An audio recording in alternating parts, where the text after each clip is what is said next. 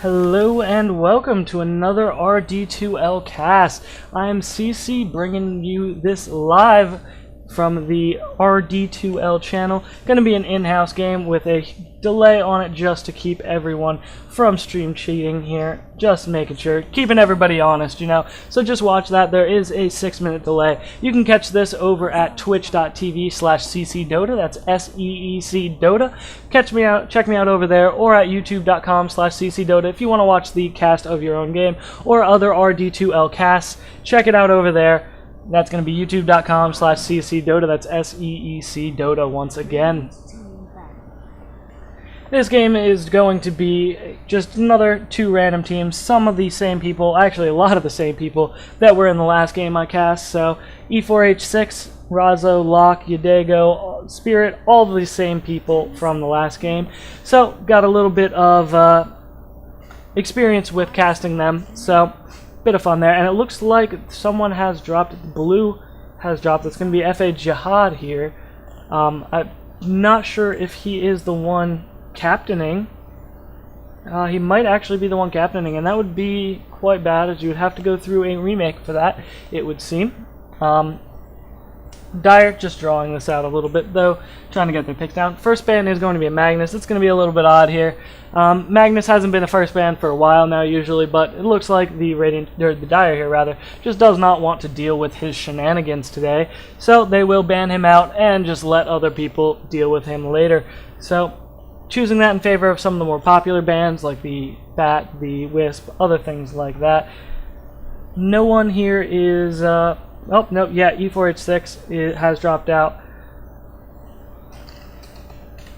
So, looks like we're gonna have to go through a remake. So, I'm gonna throw up the home screen here and let you listen to a little bit of music in the meantime.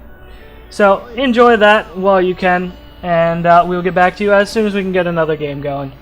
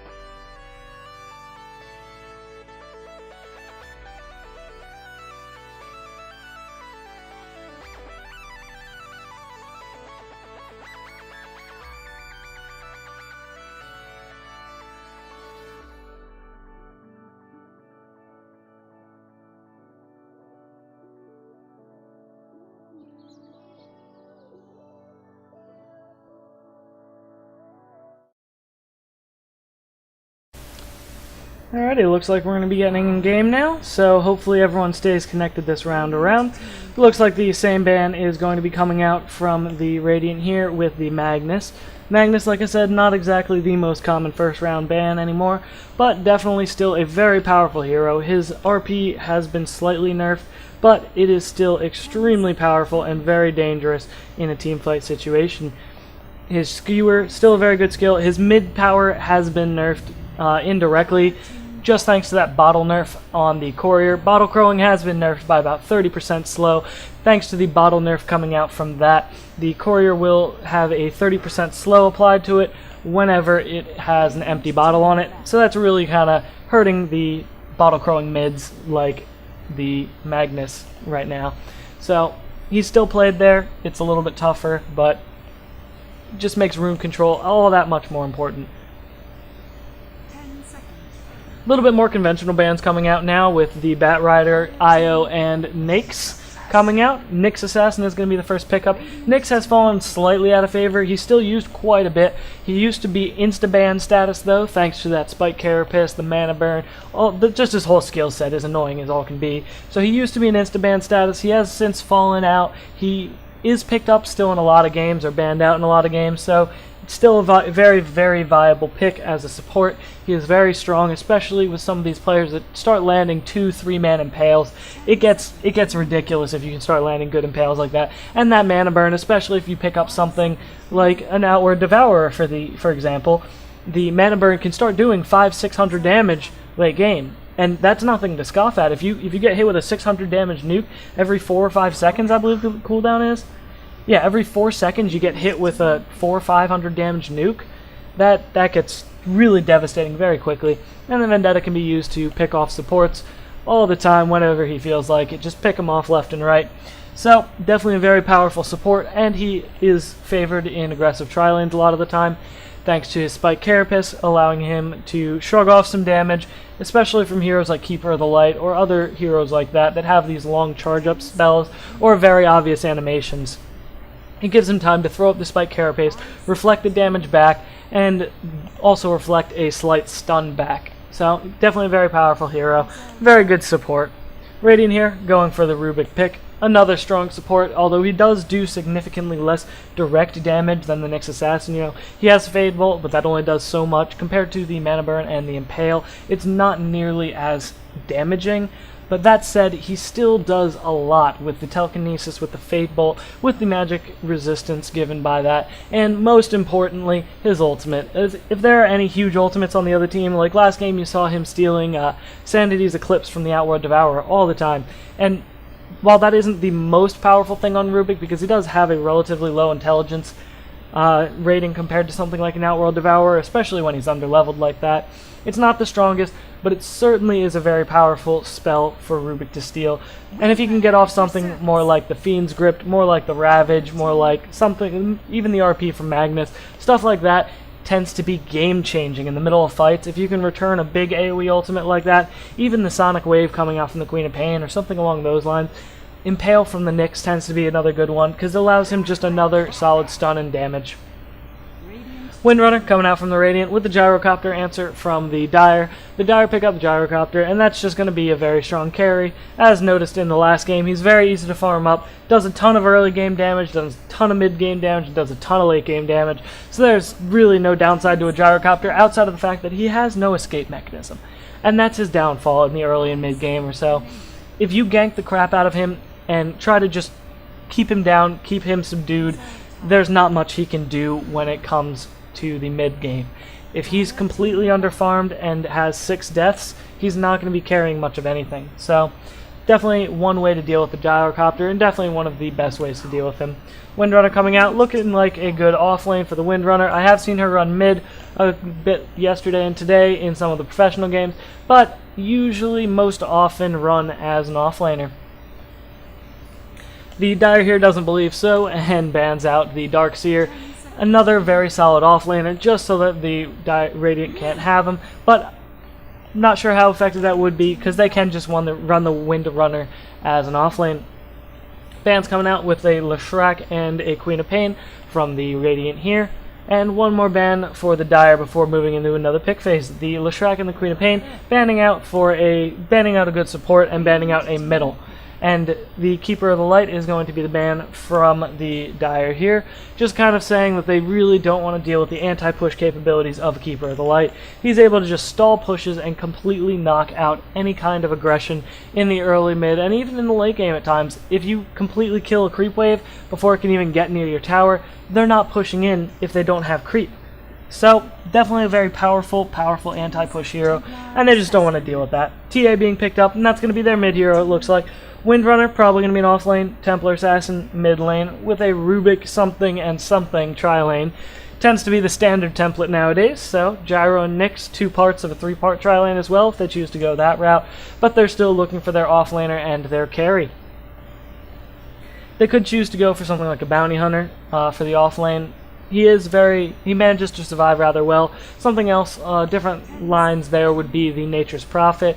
He can do off-lane. Most of the time, if he gets oppressed, he just goes to the jungle, though, as he is a very fast jungler. I've seen Enigma lately, too, so Enigma is another viable off-laner slash jungler combo there.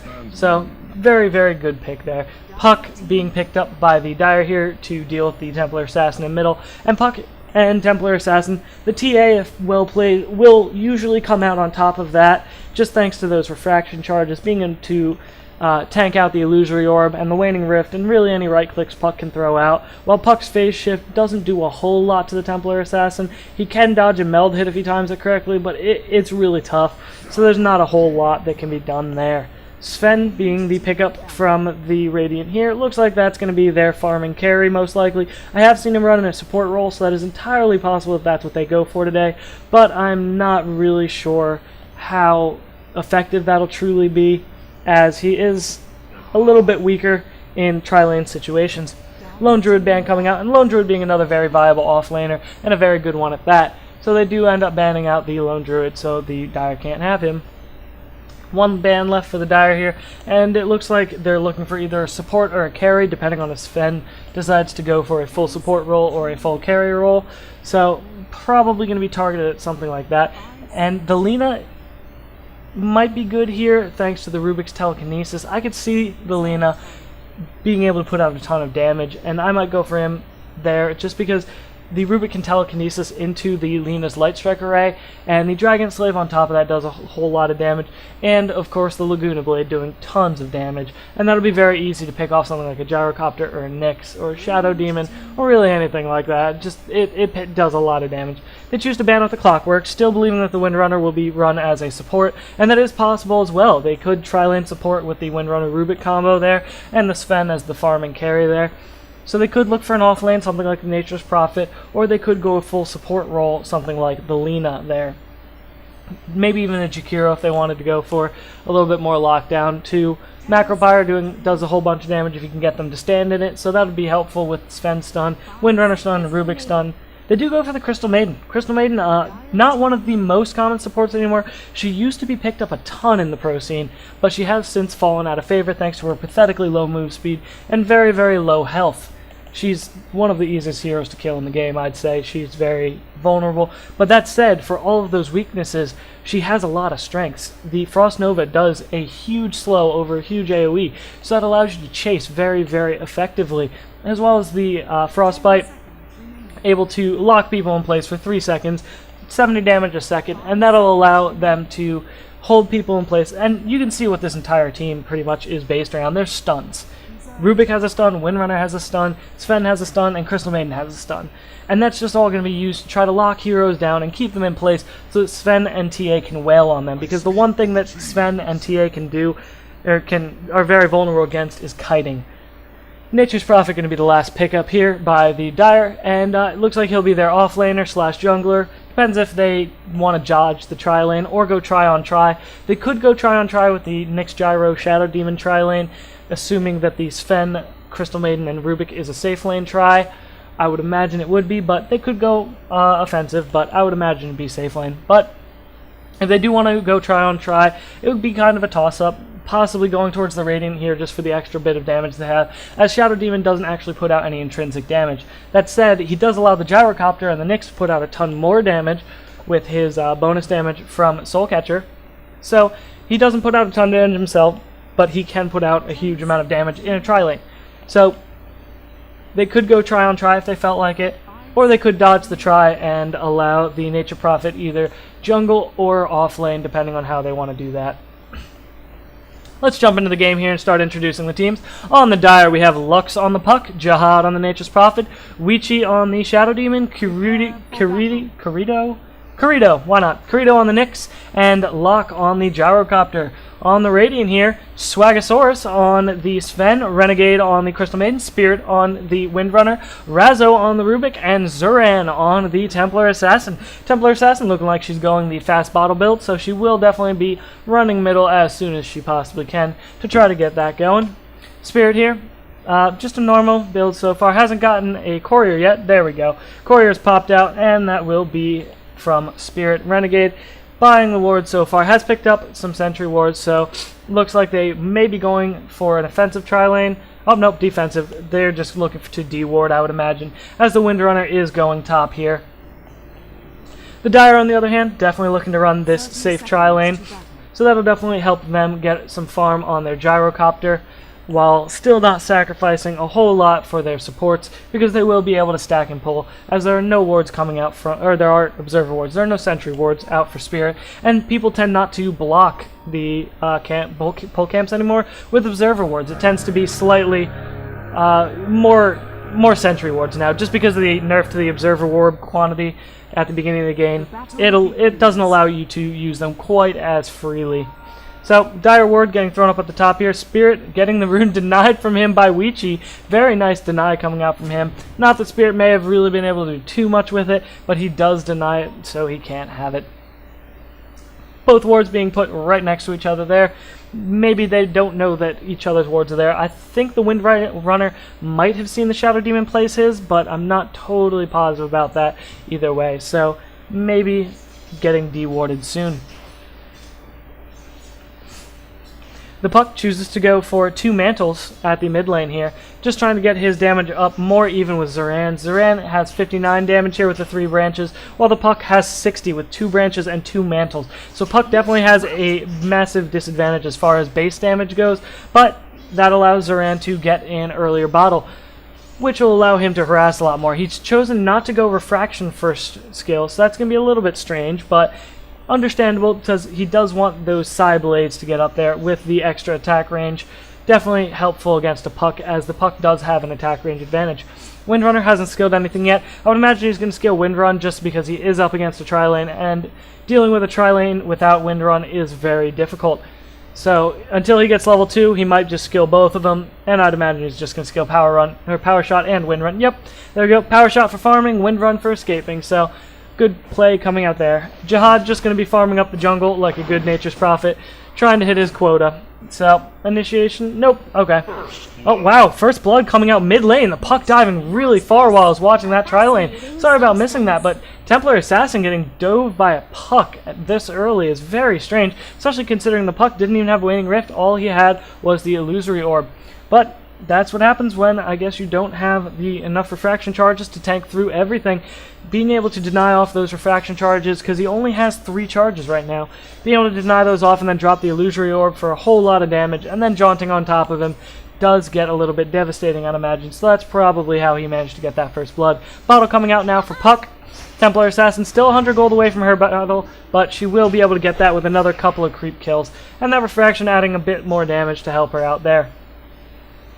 Spirit managing to stay alive, though not managing to CS in this top lane. She actually has 0 CS, and dealing with the Gyro's fantastic animation can get very difficult, as he has a great animation for lasting and denying. So, going to be a little bit tough for her to get last hits there.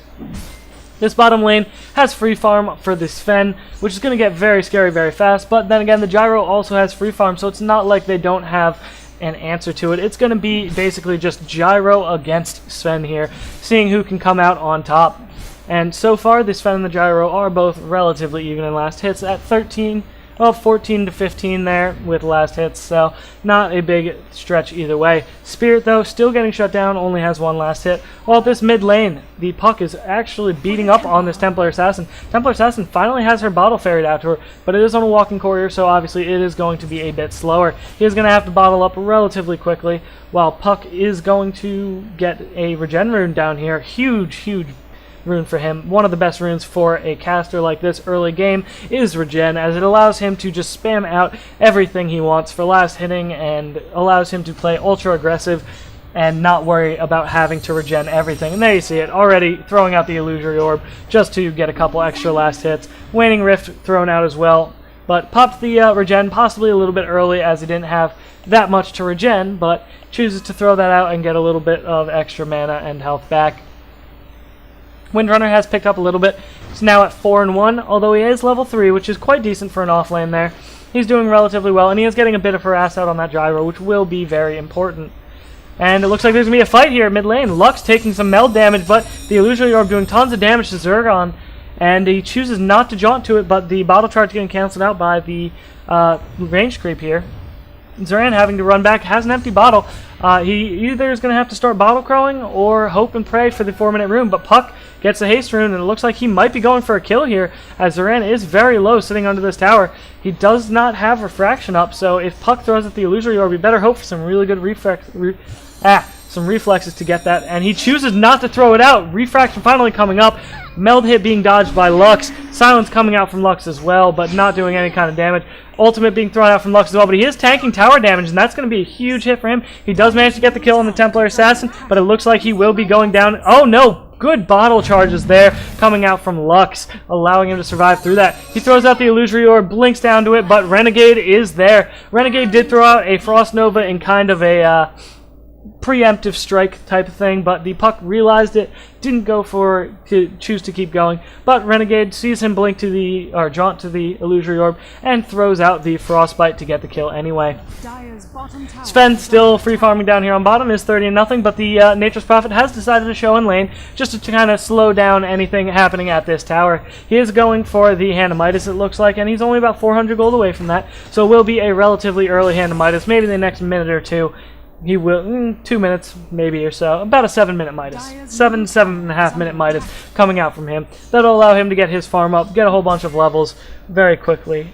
And that kind of is in contrast to the Windrunner, who is 6-1 and level 3 at 5-6 minutes, whereas Jihad is level 4.5, almost 5, and he does have 21 last hits, though I am hesitant to count all of those as they are jungle creeps, as lane will always be better farm, better experience, but it is not quite as safe as just going through the jungle. So there is advantages and disadvantages to each, and he chooses the jungle route to get up his farm. He is looking at the Ancients right now, just trying to kill off one stack of them, but I'm not sure how effective that's going to be, as his Treants do not tank that much damage, and he doesn't put out that much damage quite yet. So his Treants will be falling within half health of these Ancients, and he's going to have to personally tank them if he wants to deal with that. But they do a lot of damage. Damage coming out here on Lux. Lux throwing out the ultimate on Zoran, as well as the Waning Rift. Zoran is doing a ton of damage to him, though, with the meld hits, as well as the regular auto attacks, and the Crystal Maiden coming in.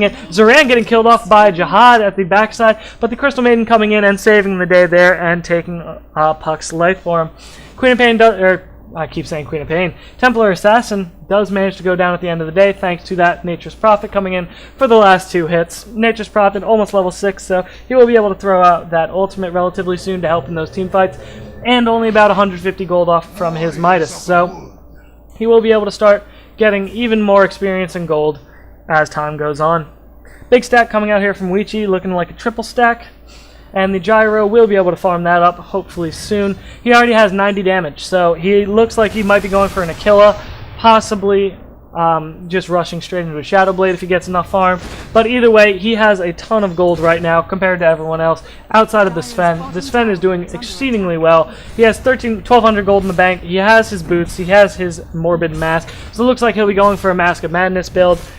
You usually see this come out with a Magnus in tow, because the Magnus plus the Mask of Madness make sure everyone is locked down so they can't actually take advantage of the additional damage coming out from the Mask of Madness. But at the same time, Sven also gets to put out a ton of damage. So we'll see how that fares with him. Sven does get the last hit on the tower, and there's a little bit of aggression coming out in middle lane, but the refraction allowing Zoran to tank through that. Nature's Prophet has come onto the bottom lane now to kind of quell the aggression a little bit, get a little bit of farm for himself, and he has had his Midas up for a little bit now, and that will definitely help accelerate his farm and experience. Spirit just throwing out some shots onto Karidi here on the Nyx Assassin, but he will throw out the Spike Carapace and just reflect a little bit of damage. Spirit still only at 11 last hits, not doing fantastically, but he has hit level 5, which is a plus. So he is getting the experience even if he is not getting all that many last hits and that much gold. Swagosaurus chooses to finish up his treads and has another 1,000 gold in the bank already. He is extremely wealthy at this point in the game, and it looks like they're going to dive on Jihad here. Zoran with a haste rune will get the kill on him. Haste and the refraction allowing him to tank up. Lux TP's in, throws out the illusory orb, but the telekinesis coming out on him. Frostbite stacking stuns there. The ultimate getting thrown out by Puck will get Renegade the kill, but it looks like Lux will be going down in the meantime, throwing out the Waning Rift as well as bottling up, and there goes the Sven stun, getting the last hit on the Puck, managing to pop that kill, and it is 4 for 4, so a very even game at this point. Tri-lane still going strong up top with Luck very slowly closing the gap on the Sven down here. He is managing to get 43 and 19. He has a ton of denies though, so that is very much helping in keeping the Windrunner down. Windrunner's still only slightly above level 5, so he is helping manage to keep Windrunner's farm down, keeping Windrunner's experience down as well. Also very important. Throws out the homing missile against that Windrunner, but she'll just keep running away, and they're not going to dive a tier 2 tower for that kind of a kill, especially since Windrunner has Windrun, which will just diffuse the situation overall. Zoran at mid lane has picked up his phase boots and bottle and wand, so we'll see what he's going into. A lot of Templar Assassins choose to rush the blink. We'll see what he does. It could be very helpful, as the Dire here does have a lot of squishy heroes between the Nature's Prophet, the Shadow Demon, the Nyx Assassin can be, the Puck, the Gyro even I would consider a relatively squishy hero, especially when you come up with something like a Blink Meld Strike. Meld does 200 damage when it's maxed. Yeah, 200 damage and 8 armor reduction when it's maxed out. So that tends to be a huge damage boon. And there will be an invisibility on Zoran here, and that might allow him to get a kill in another lane if he chooses to go for it. But right now he's just going to farm up a little bit and try to get a couple more last hits. The lanes have kind of settled back right into the laning phase. They kind of branched out there for a little bit on the bottom lane, with people coming in to get some kills and just trying to defend these towers, but they have settled all back in to 2 tri-lanes and all that, and Zoran pops the Invis rune, but the ward might have caught him out here. I'm not quite positive if it saw him, but the Puck did make sure everyone was aware that he was coming. So Zoran probably not going to be able to get a kill, and they drop the Sentry Ward, and Zoran was unaware of that, gets disrupted, stunned, Soul Catcher out on him, Rocket Barrage breaking all the meld charges instantly, Call Down coming out, Call Down going to miss though, Locke going to be chasing the Templar Assassin into a corner. Templar Assassin turns the corner and TPs. The Nature's Prophet TPing in as well, trying to come in there, but they all are just getting bunched up in this corner now. The Templar Assassin had TP'd out, so a very good escape coming out from him, and a very good play coming out from the supports, knowing to drop this Sentry Ward and initiate in on there. Lux throwing out the ultimate, stunning up Renegade and Razo, who are throwing out their own nukes and stuns at the same time. Lux orbs towards them instead of away from them, almost costs him his life, but he does manage to escape, getting out some of the damage, but not quite enough to get a kill on anyone at the mid lane. Renegade popping a salve just to get a little bit more healthy, and choosing not to skill the Arcane Aura yet, which is a little bit strange considering how much the Windrunner and the Templar Assassin rely on mana to kind of keep themselves sustained in lane. So throwing up a point, maybe even 2 points into the aura early game can help those heroes stay in their lane and not need nearly as much regen, not need their bottle as often, and things like that. Allows the Windrunner to farm a little bit better too if he would have gotten it, but choosing not to, choosing just to go for the damage build with Frost Nova and Frostbite, maxing out as much as possible. Razo coming up here just to ward. They did spot him out, but they will see him leaving as well, so not nearly as concerned as they would be with some pulls coming in from the Dire here. And Windrunner, knowing this is happening, throws out a power shot, but no real aggression coming out from either side here. Spirit just going to casually walk away from the Nyx Assassin, trying to get that stun out on him. Lux just kind of farming up mid lane, and all these lanes have once again just stabilized, and it's a very, very slow game so far. 8 kills in 13 minutes, and everyone seems content to just kind of farm up and possibly drag this game out towards later in the game. This Sven not going to be effective for a while. He does throw out the stun onto Jihad, trying to get some damage in there. Pops the ultimate. Jihad going to be killed off by Swagasaurus and Renegade. Renegade managing to get the Frostbite off there to slow down the teleport out by the Prophet. So keeping him there, making sure they get that kill. Going to be trying to push down this tower up at top, but the Windrunner does get off a nice shackle shot, but it's not going to do much as far as getting the kills, but it does force them to back off a little bit, kind of regroup while the Crystal Maiden TPs in, possibly to throw out a couple Crystal Nova rather, and Frostbites to kind of defend this tower and put out a little bit of damage onto the Dire here. Zeron does have a double damage room, so that could be very helpful with him trying to engage, if he does get engaged on or anything like that. It's going to allow him to do massive damage every time he throws out a shot, and yeah, so going to be helpful, but he does need a way to close the gap, and that's going to be the tough thing. And that's always the tough thing, really, for Queen of Pains, is closing that gap, and that's why a lot of them so often go for something like the Blink Dagger. Jihad back to farming up the jungle, and I heard a power shot. Power shot is not going to latch on Lux. Lux does jaunt away, but the power shot follows, and not going to hook there. A mysterious force. TA does activate the double damage rune. And Lux throwing out a couple of right clicks to try to burn off some refraction charges. Refraction is now down, and Windrunner attempted to go for a cute little shackle off the range creep, missing by a little bit. Didn't have quite the right line, but Puck is going to scout out that Rubik is here and kind of just walk over and chase him off a little bit. Nature's Prophet is here, as well as Kurito trying to come in and reinforce, but he will be pushed back by some aggression coming out from the Radiant here. The Dire do have this ward up, so they will see all of these heroes rotating to get the top lane, and the Gyrocopter will have that time to back off, so he will not go down here, but at the same time, they will not get the tower. The tower is relatively low, but no real danger coming out there yet. Radiant's middle tower is under Sven attack. still farming like crazy. He is up at 92 and 2, 15 minutes in. He has gotten his Chrysalis, and that's going to allow him to do a whole lot of damage. He is trying to engage into this middle lane. Shackle coming out, but not quite hitting. Stun coming out from the Sven. Sven is trying to run up there, but getting body blocked from the trees. All the trees getting in the way. Jihad's still going to go down thanks to the range of the Templar Assassin here. Swagasaurus and friends caught at mid lane and get killed by that Puck. Renegade coming in, though, locks down the Puck and allows him to be killed off. So it's a 2-for-1 trade, but that one was the Sven. So Sven going down there is going to slow down his farm, and it is going to take a bit of gold away from him and allow the Gyro to catch up a little bit. Gyro is at 86 and 22, so he does have the last hits, and he does have a ton of denies, so he is doing exceedingly well here. Kiriko going to initiate onto Razzo here. Looks like an easy kill for them. And he better do it soon, as Razzo is TPing away. He does throw out the Impale before the Vendetta hit gets off, just to make sure that the TP didn't finish.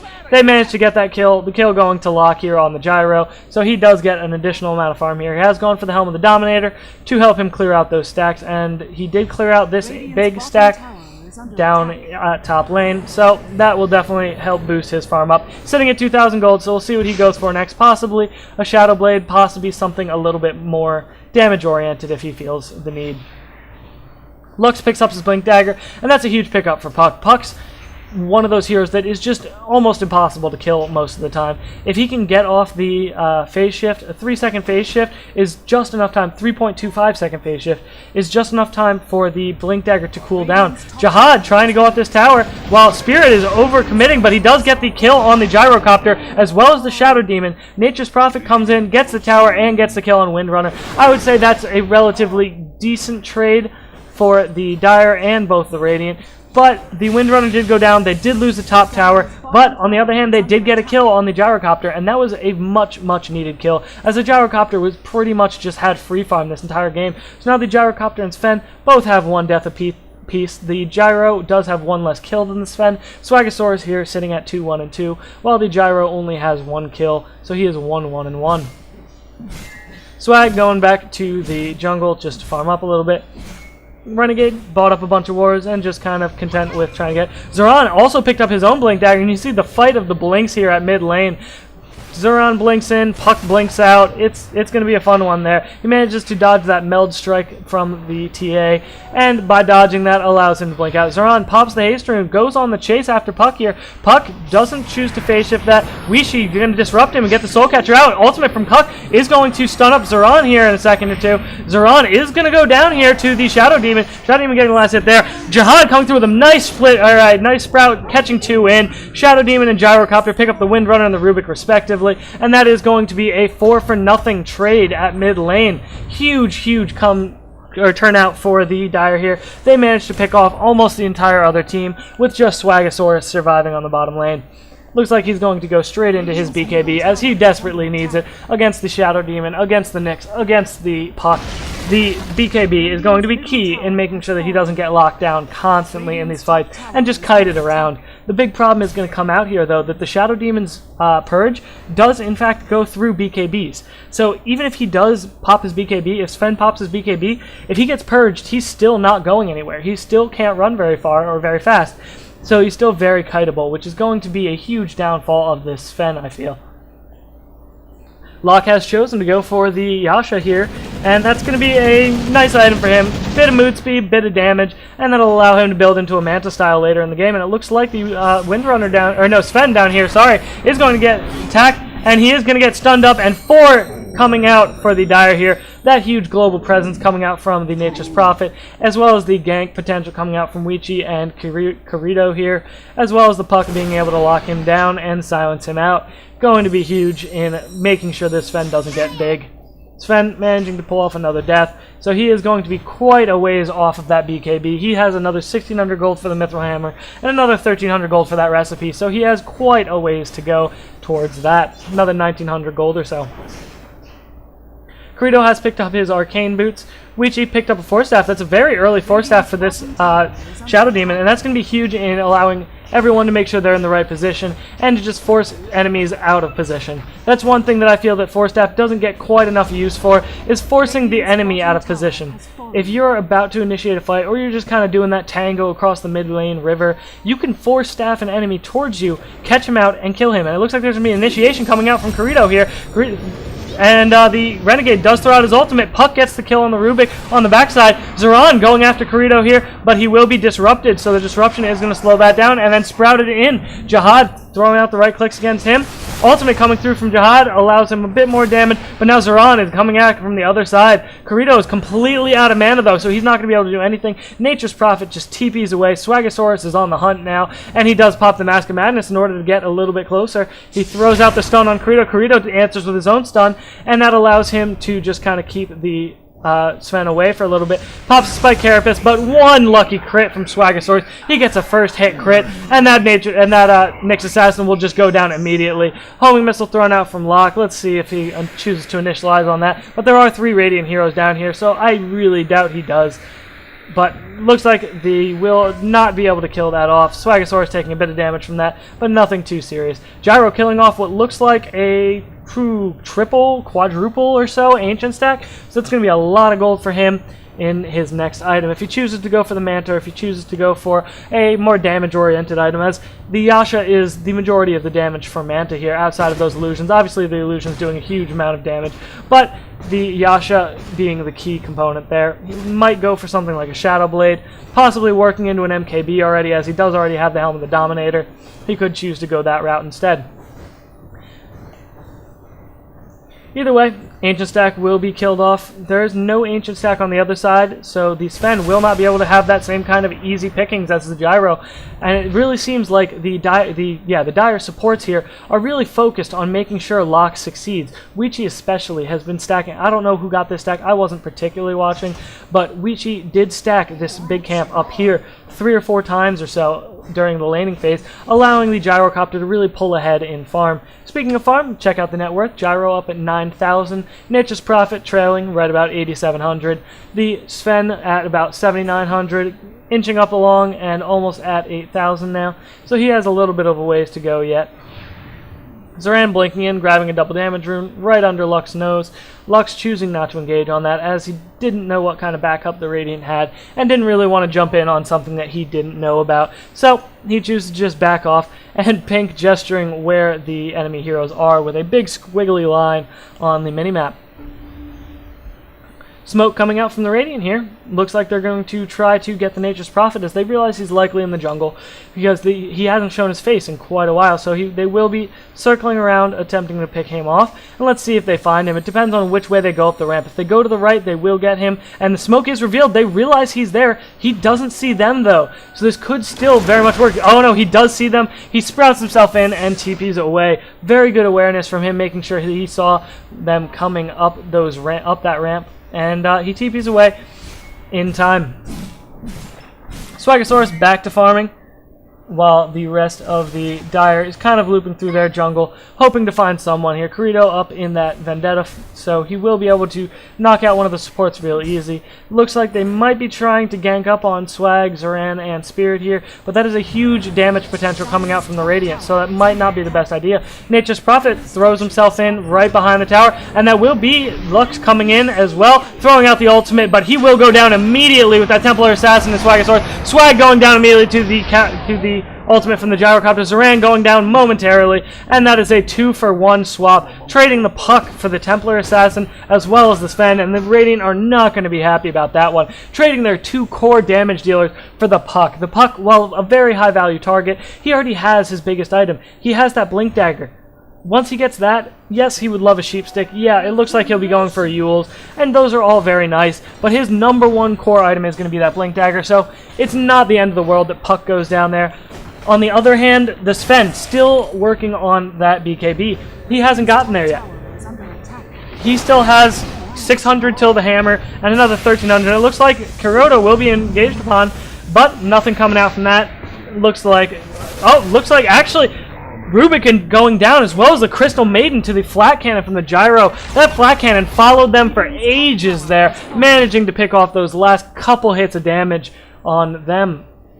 And it looks like the Gyro will build straight into a Butterfly. He already has the Eagle Horn as well as the Quarterstaff, and is well on his way towards getting that Talisman of Evasion. And that's going to be very, very important in delaying the damage coming out from the Sven and the Templar Assassins. They are both physical damage dealers. So the evasion granted by Butterfly is going to be very important, possibly as important as a Heart or a Satanic or whatever he would go for would be. I would imagine a Satanic might be his next pickup after the Butterfly, actually. And that would give him a lot of damage, and a lot of health, and a lot of lifesteal, but it wouldn't quite give him the survivability that the Butterfly will. Initiation out on Lock by Swagasaurus, but the good Force Staff away by that Shadow Fiend. Lock throwing out the ultimate, slowing everyone down in it. Swagasaurus getting really low here. Zoran about to go down, it looks like. Zoran goes down. Swagasaurus on the backside goes down as well to that Gyro. Spirit on the run away. Razo also on the run. He manages to steal the Rocket Barrage, which is very important, but not that big a deal. Lux trying to get out of here. He does manage to get out, but Kuruda will go down on the backside. Nature's Prophet choosing TP in. Locke managing to get another kill on the Rubik, and the Crystal Maiden going down to the puck. And that's a 4-for-1 trade for all 4. The 2 main damage dealers again going down, and all being traded out for the Nyx Assassin, which is a relatively low value target. Windrunner will go down to the Nature Prophet ultimate, spinning through. Lux comes through with the Illusory Orb and does a little bit of damage, but the Nature's Prophet ultimate finishing him off. Nature's Prophet has finished his Orchid a while ago and has just finished up his Desolator, so he is very well farmed at this point in the game and does a lot of right-click damage. Once he gets that Deso delivered, he'll be doing 217 damage, and that's huge. On top of the -7 armor, that is very important for both him and the Locke. Locke has finished up his Butterfly, so on top of the Nature's Prophet, they have both physical damage dealers coming out there and are able to just burst down the enemy team with the physical damage, let alone all of the magical bursts they have on top of that. So he will go back to farming, waiting for the courier, I'd imagine, to bring him his Butterfly. And as soon as that happens, I'm not sure that the Radiant will really be able to do much about him, as they can't even hit him, so there wouldn't be a whole lot of recourse coming out from there. Spirit TPing to this bottom lane. It looks like two teams will find each other. Zoran taking a meld hit onto Wichi. Wichi force-tanking himself away, but not quite getting away. Is going to have to disrupt himself, but that is not going to save him when there's 4 of them here. But they will burn every spell in the book on him outside of the Frostbite. And luckily they're all very low cooldown, so they're all pretty much already back, but that is just a bit of mana getting spent on just the one Shadow Demon kill. But that kill is what they may have needed, and Windrunner going down solo to the puck down here, and that's the Gyro actually finishing up the not the BKB, rather, the Butterfly at this point. But the Radiant is Roshing. I'm not sure that they're going to continue Roshing for very much longer. The Dire look like they are aware of it, throwing out the stun but missing, looking for Gyro to throw out his ultimate here. The Radiant are very well aware of it, but they choose not to initiate. They are going to have to back out, though, as they aren't sure how many are here. Locke throws down the ultimate, slowing up the Templar Assassin and the Crystal Maiden, just trying to put a little bit of distance in between them. Raza will TP out. Renegade not going to be so lucky. He is going to get chased down by that homing missile and the Nyx on top of that. So it looks like he will be going down momentarily. Yep, the Gyro cleaning that one up. Nature's Prophet TPing the other side just in case. Looks like they are going to not take the Roshan. Corito wants to take the Roshan. He's pinging it. Puck going down on this bottom to the Templar Assassin while the Dire is waiting to go in for that Roshan. Windrunner TPing in, trying to get up there in time. But they barely started. Okay, it's almost dead as is. And with Gyro's output here, especially from Rocket Barrage and the physical DPS on top of that, it's going to be easy. The Power Shot scouting out the Nyx going very low health. Vendetta just using to get away. Locke is going to be able to finish this off solo. And it looks like there's going to be a fight down here without Locke. Templar Assassin going down to the Shadow Demon here, as well as the Furion ult coming through. Spirit is getting targeted by that homing missile again, and Locke will be chasing him down a little bit. And now that he has that Aegis, he can be hyper-aggressive again. It doesn't matter if he dies. Not that they could really have much hope in killing him with that Butterfly, but even if they do manage to kill him, he'll pop right back up and start DPSing right out again. He might be going for the Manta next, I would imagine. Either the Manta or possibly finishing up the Helm of the Dominator into the Satanic, just to give him a little bit more survivability, allowing him to pop that lifesteal and really lifesteal the crap out of everything in the middle of a fight. That usually tends to go from empty to full in like 3 hits for a good Gyro, a well-farmed Gyro. So he will likely go for that later game, if not now. If he does choose to go for the Manta, that would also be a very good idea, as it can be used to dodge some spells. And it looks like the Crystal Maiden will be going down here momentarily. Disruption coming out. Renegade is going to be able to finish him off personally, but the Gyro getting the last hit there. Zoran TP's in, only to get killed by the Gyro almost. He does manage to walk away, while the Sven manages to get the kill on the Shadow Demon. Nature's Prophet ult bounces through and manages to get the kill there on the Templar Assassin. Nature's Prophet gets the kill on Windrunner. Gyro and Swaggosaurus going head-to-head here. Gyro manages to come out on top thanks to that Butterfly. That Butterfly saved his life there. Razo about to go down, and the Vendetta hit is going to be that last hit on him. Locke really did just get saved by that Butterfly. Man fighting against a Sven with a Mask of Madness with God's Strength, all popped right there, is usually a horrible idea for pretty much anyone, but the Gyro is able to do it there despite being pathetically low health, thanks to the dodge and the lifesteal that he has. So he will be able to survive through that. He is looking at almost 4,000 gold now, and he is going to just stack up the Ancients one more time and then take this triple stack. He does pick up the Satanic, and that'll allow him to lifesteal back up to full here any moment now. As soon as he triple stacks those Ancients, I'm sure he'll pop the Satanic, throw out a couple hits, and let's just watch how fast his life goes up. And that's without the Satanic. It's going up rather quickly. He chooses not to pop it yet, though, managing to just kill off all the Ancients without even bothering with that. So, going to be a very good job from him. He is going to be almost unkillable at this point by the Radiant, though. He has almost 2,000 health. He has the evasion. He has the Satanic ultimate, or the Satanic activatable, and he has an Aegis. So even if they do manage to kill him once, do you really think they can kill him twice? That's going to be a bit iffy, and that's going to be something that the Radiant are going to have to work towards here. Sven almost finished up his BKB. He has another 50 gold or so, and that will be the gold he needs for the BKB. He picks it up right away, as he knows he needs it to have any chance of surviving through any of these fights. Spirit throwing out the Shackle, not going to latch on anything though. Stun coming out from the Sven, but the Puck locking them all down with his ultimate there. Gyro coming through with his own ultimate in return. Swaggosaurus gets his BKB mid-fight. Gyro does go down. Stun coming out from Kuroko, and Swaggosaurus will pop the BKB, pop the God Strength, and go straight on Locke. throwing out the stun on the Puck. Puck will go down. Locke not managing to quite get off as much damage as he'd hope. He does manage to go down 5v1, and that is a very, very much needed fight for the Radiant here. They managed to kill off the Gyro, they managed to kill off the Puck, and Swagasaurus survives through the whole thing. He is now positive at 6-5-5. In the meantime, though, Nature's Prophet doing what Nature's Prophet does best. He was split pushing, got the tier 3 tower down, and got the melee racks here, and that's going to be huge. They traded the Gyro and the Puck for the top racks. That is a much better trade than I first took it to be. I didn't notice the racks was going down quite that quickly, but Nature's Prophet is extremely well farmed, leading the net worth chart here at 17,000 gold. Looking at the kill chart, Gyro up the top, Puck, Nature's Prophet, all of the top 3. No surprises there that they are leading the charts in kills. Gyro, Puck, and Nature's Prophet pretty much leading every chart that you could imagine. So they're all doing quite well for themselves. Taking a look at the gold chart here just while we have a moment, it's looking at over 25,000, almost 25,000 advantage for the Dire here. That's just almost insurmountable, especially considering most of that gold deficit is on the Gyro and Nature's Prophet. Two huge, very high damage heroes. Experience looking slightly better now, as the deficit was at about 25,000, but once they got that kill on the Gyro and Puck, it did start to come back up a little bit there, but we'll see how that graph reacts a little bit later in the game. Let's see if they can take a couple more fights. If they can manage to kill off the Nature's Prophet and the Gyro, they might have a chance. They might have to do it 4 or 5 times in a row, but if that happens, they would have a chance. Until then, it's looking a little bit bleak for the Radiant here. At 20,000 gold, 25,000 gold, 25,000 experience is a huge deficit, and that's very, very hard to overcome. It is possible. It is rather unlikely, though. Templar Assassin on the way towards her own BKB. Another couple hundred gold. Well, another 1,200 gold until she gets it. Lux jumping in and out. Has picked up his Ghost Scepter there so that he can avoid the Sven.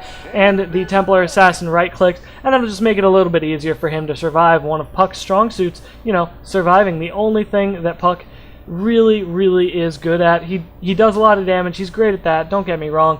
But the one thing about Puck, the reason why people pick him, is that you can't kill him. Once he gets a bunch of his items up, I mean, the Eels, the Blink, the Ghost Scepter, the Phase Shift, the Illusory Orb, every one of his skills seems tailored to escaping. So, he has all those items up, and there will be an initiation out of Zuron going on the Shadow Demon. Gyro coming out, Gyro initiating in, manages to get the kill on the CM and the Sven, pretty much instantaneous. The Temporary Assassin going down. Good Shackle coming out from the Windrunner here, but it's not going to do much when his entire team has already evaporated. Looks like they're just going to push in on this bottom tower, and I'm not sure that the Radiant can do much of anything. Sven has bought back, but what can he do? Even if they get a perfect initiation, there's not a whole lot there. Swagasaurus misses the stun, and he goes down in a solid 4 hits to that Nature's Prophet. Nature's Prophet just so farmed at this point. He's putting out over 300 damage, and the minus armor, the crits, he is just ridiculously farmed. And it looks like they'll be taking the bottom racks now, probably rotating over to the center racks, and that will be Megas, and the GGs will likely be coming out relatively soon. Nature's Prophet choosing to push out the middle lane instead, and there's the GG coming out from Zerain, and the GG's in return from the Dire. Disconnects are going to start coming out, so here are some self-plugs. I'm CC. This game was brought to you from the Reddit Dota 2 League at r/Reddit Dota 2 League. Join up there. They just finished their draft, so you will have to be put on a stand-in list, but you can always go and watch the games. I will be broadcasting as many of them as possible here at Twitch TV/CCDota. That's SEEC Dota, and any VODs I have will always be posted to YouTube.com/CCDota, probably within the next day or two. So keep your eyes peeled there, subscribe there, like there, and make sure you watch them. Thank you for letting me catch you guys tonight, and have a great night.